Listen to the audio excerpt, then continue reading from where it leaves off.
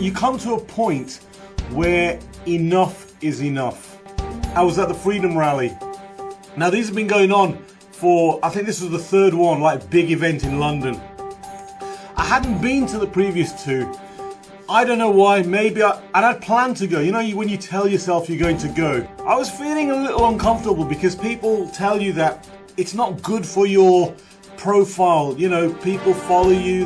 Okay, I've got a bit of a following. I'm not a global rock star or anything like that, but I do have a bit of a following, and people are telling me that it can affect your business, etc. But you know what? A time that you come to a point where enough is enough. And I think we exceeded that point now. We've gone past the point where the government are, either they are complicit in something that is going on, or they are stupid.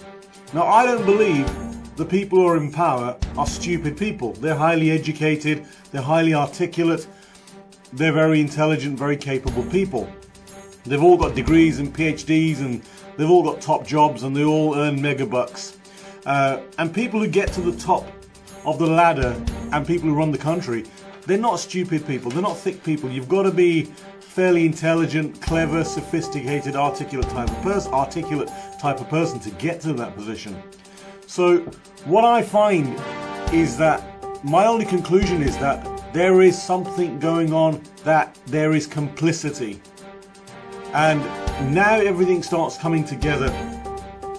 And if you think for a moment that this is not staged and planned, then I appeal to you to go and do some research. I appeal to you to go and do some thinking, do some planning. And you know what? There is something happening, guys. People are beginning to wake up. People are starting to smell the bullshit. People are starting to see through all the nonsense, because the truth is starting to come out. And this is what they're afraid of. And today, what the headlines you're going to read tomorrow and tonight, they've already started the headlines, that anti-maskers and people putting people at risk. Okay, let's examine this. These demonstrations and rallies have been going on in Canada, in Germany, in USA, loads of them in the USA. They started in the USA, they were protesting 3 months ago. Tens of thousands of people, hundreds of thousands of people have gathered. There was no second spike. Okay, if you get all your damned information from the official sources, the BBC, the government, okay, the NHS, then I'm afraid you're going to believe and swallow bullshit. Yeah, this is the time to wake up. Okay, if I offend you, I don't give a damn. If you feel like unfriending me, bye-bye, toddle off. Okay, if I don't offend you, thank you very much. But what is happening is not normal. And they know. There are no second spikes after all the mass gatherings that are taking place. They have been taking place for months. Mass gatherings have been taking place all over the world for months. There is no spike. The second wave is planned. We are having the flu season is coming up. People will be suffering colds and flus. People will be getting ill. People will die of influenza. 1 million people a year die from the flu.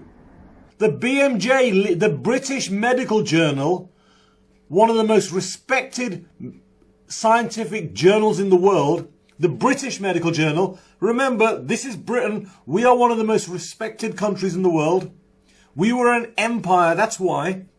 Okay, my parents lived under the British Empire. They were invited to come to this great country, and I do love this country.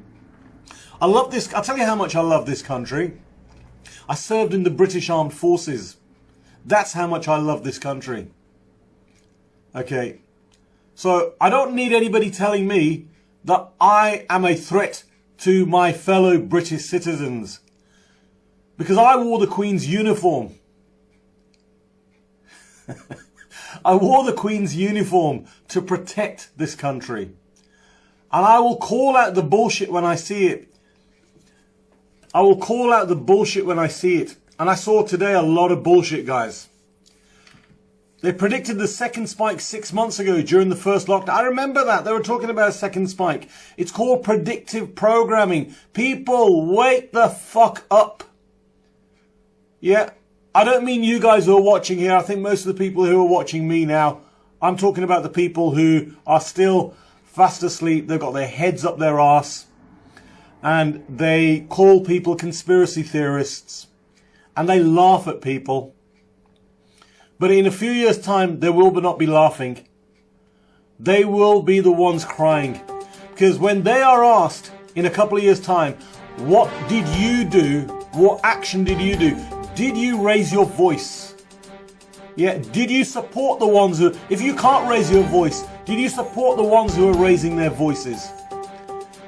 Did you share their posts? Did you comment? Did you support them? Because not everybody can go to London. I understand that. I had 3 opportunities, and this is my first opportunity. I went to London today.